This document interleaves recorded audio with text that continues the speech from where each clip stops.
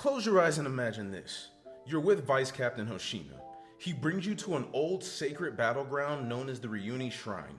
Here, many warriors who have died slaying kaiju in the past have been enshrined. You get done training at this sacred battleground with Captain Hoshina, and once you're done training, you turn around towards the shrine to show your gratitude. You bow towards the shrine, arigato sensei, and get back up. As you get back up, a ghost appears in front of you. That is quite literally what just happened to our main character, Kafka Hibino, at the end of this most recent chapter 66. I touched on it a little bit in my chapter 66 review, but I felt like this topic needed coverage outside of just a chapter review, because this could mean immense things for the rest of this series. So without further ado, let's get into it, brothers.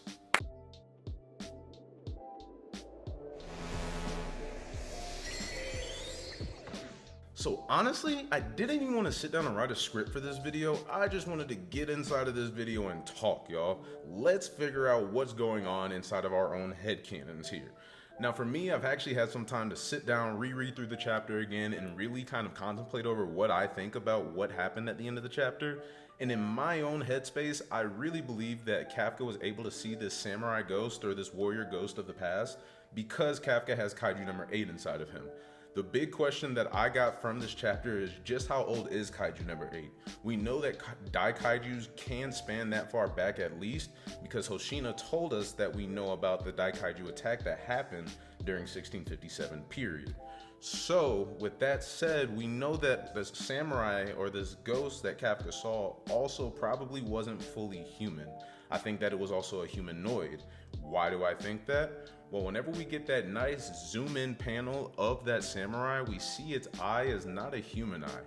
Now, while this warrior might be wearing some sort of mask, this mask wouldn't also change the appearance of that warrior's eyes. With the appearance of this warrior's eyes, it's very clear to me that this warrior does have some sort of kaiju power, but whose power is this? Now, I know at the end of my chapter review video, I said that this was probably an option, and then another option from my own headspace could have possibly been that, hey, they're at this shrine that has all of these warriors from the past enshrined there that have died slaying kaiju. So maybe this warrior almost saw it as disrespect that Kafka with kaiju presence was in this enshrined area. But now that I really went through it, I don't believe that because I don't think that this warrior was there to bring any malintent to Kafka. I think that whenever Kafka went to show respect towards this warrior, it was something about it just brought about this interaction with Kafka and the warrior, right? So what's interesting about this is how much Matsumoto has kind of interwoven this story and set things up that whatever information we do figure out about this warrior and the connection that Kafka or Kaiju number 8 has with this warrior, it's really gonna open up a lot of doors as far as what we fully understand with this series. I honestly think that this is gonna be something that slowly evolves over time. I don't even think that we're gonna get a full answer to this ghost that we just saw next chapter. I really do think that this is gonna be something that takes time. But this is gonna answer things as far as how long has Kaiju number 8 been around, first off? Like we said, Daikaiju have been around for a very long time, but how old is Kaiju number 8 really? What created Kaiju number 8? And why does Kaiju number 8 want to kill Kaiju? This is something that's not the same mindset that we've seen from other Kaiju. We've seen that Kaiju number 10 does just want to fight strong people, strong beings, whatever it be, whether it's Kaiju or humans, he just wants to fight strong entities. But Kaiju number 8 specifically said kill Kaiju whenever we saw talking to Kafka that one time. So this is going to be something that whenever we start learning more information about this warrior, we're really going to start plugging in holes, and it's really going to help us start understanding a lot about Kaiju in general as well. Knowing that Kaiju have come from this far back, it's interesting knowing that basically people back in that era, people back in the Edo period, would have been fighting in like a much more primitive sense than what we're fighting against right now. The Japan Defense Force is using all these weapons, all these suits, all these guns, you know, to take out all of these kaiju. But back in the day, they didn't have those same things. So it only makes sense that somebody back in the day was a user of kaiju powers, because how else would they have taken out some of these kaiju?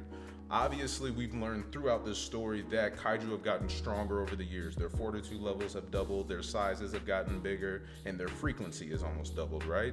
But it still would only make sense that even if you scale things back, I guess it's almost like kaiju inflation, dog. Like, if you deflate things back to whenever the kaiju would have been like back in that Edo period, you still would have had to have somebody or something that would have been more primitive or more strong than just primitive spears, shields, swords.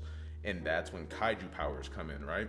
So what's interesting is nowadays in the modern era, we've seen that the Japan Defense Force knows how to take Daikaiju and turn them into number weapon suits. That's something that happened since Kaiju number 1. Now, we don't know exactly when Kaiju number 1 was defeated, but we do know that General Narumi was given the first numbered kaiju, right?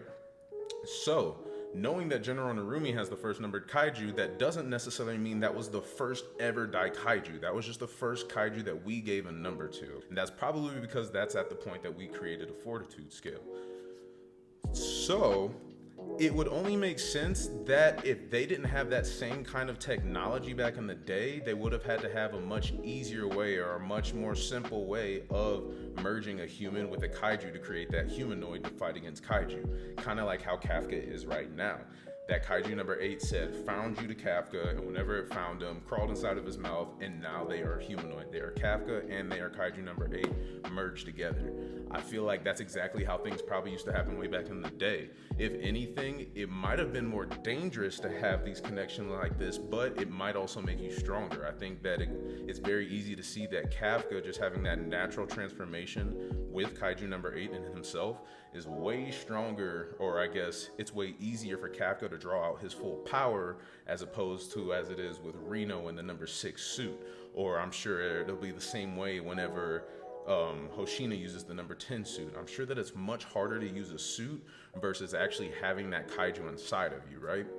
So I don't know, man, like this was just really crazy. I think that this is gonna give us a lot of answers for a lot of things that have been happening in this series. And once we start getting some of these answers, maybe we can even figure out a way to help stop Kafka's permanent transformation. Or maybe it'll be the opposite, and we'll truly figure out from this warrior, like, no dog, your time's limited, bro. So like get done what you can get done. But like this is the life that like you live now that you're with the kaiju. So I don't know, man. Like there's just so many places that the story can go from here. I was just giving my overall thoughts. Like I said, I think that kaiju number 8 either A, was the direct user, used this person's body back in the day, or like B, this person was a Daikaiju power user of some sort back in the day. Who knows? I don't know. It was a dope chapter.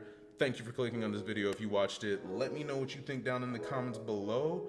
We're really trying to grow the community here, you know what I'm saying? So leave a like, comment, and subscribe. And other than that, it's the end of the video. So, you know I hit them notes like, peace.